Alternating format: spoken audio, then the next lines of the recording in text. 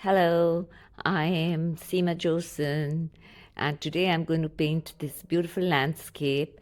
I'm dropping in, I put a rough sketch of where I want my trees and all the colors of the autumn. I'm going to fill them. I'm just putting in little yellow, lemon yellow with yellow ochre on the main tree, a little bit of dull green, and in between the trees, I put dark shades of crimson and Prussian blue mixed together.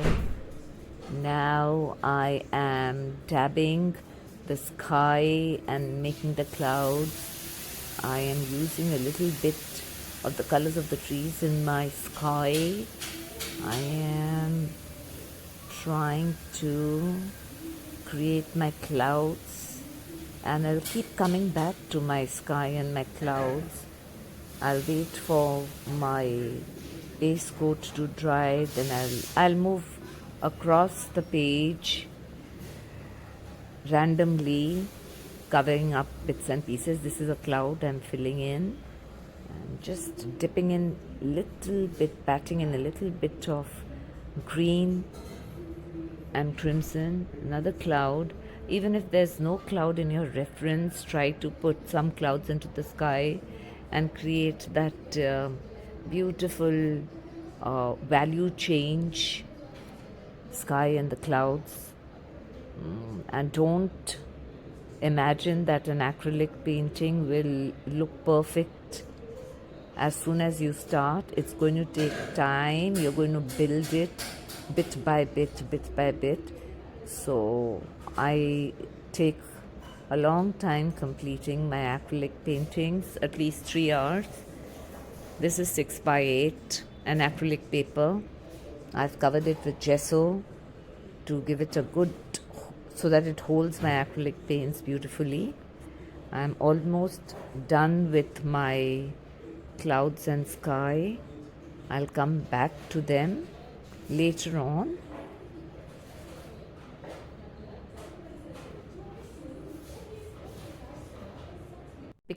I've picked up a small canvas, 6 by 8, and I've repeated the same procedure of laying down my trees and the sky and the green grass on it. I just wanted to see the effect on a canvas plus on the page. I'm very happy with how my page is turning, acrylic paper is turning out. It is beautiful Canson acrylic paper, and it takes my acrylic paints beautiful. The paints I use are Golden. The company is called Golden. It's an American brand.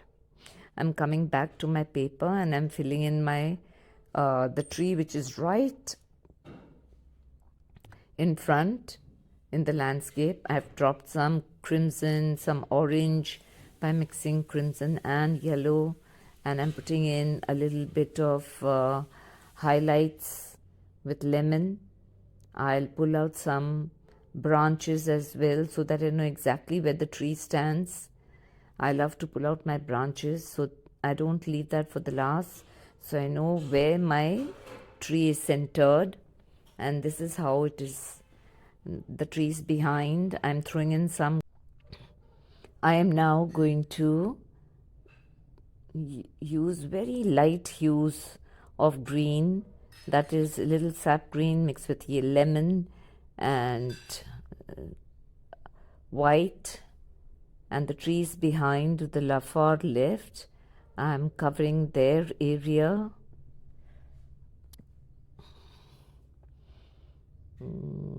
Every time I feel my acrylic is drying, I just use a little bit of water.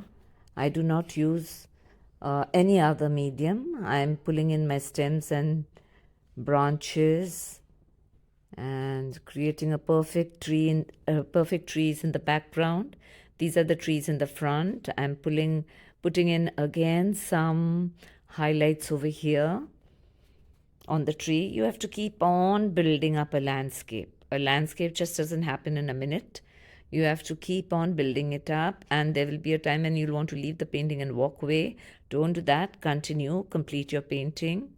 You'll definitely have something there.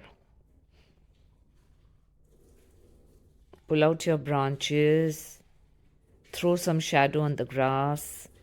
It's time to throw some shadow on the grass, so I used burnt umber, a little bit of black, a little bit of cobalt blue, created a muddy sort of a color, and threw the shadow of the trees on the grass. Again, I'm touching up my trees behind the main tree with dabs of lemon, some crimson, pulling out the shadows from down. Now I think I will work with my sky a bit, create the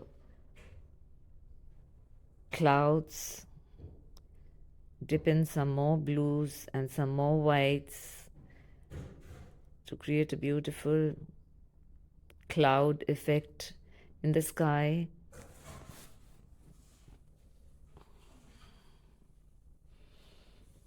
Deep shades I am putting in between the trees to create a distance among the trees. I want to divide and separate out the trees, so I'm putting in darker shades of burnt umber, and that's it. I've done it, and I hope you liked it. I enjoyed painting this landscape.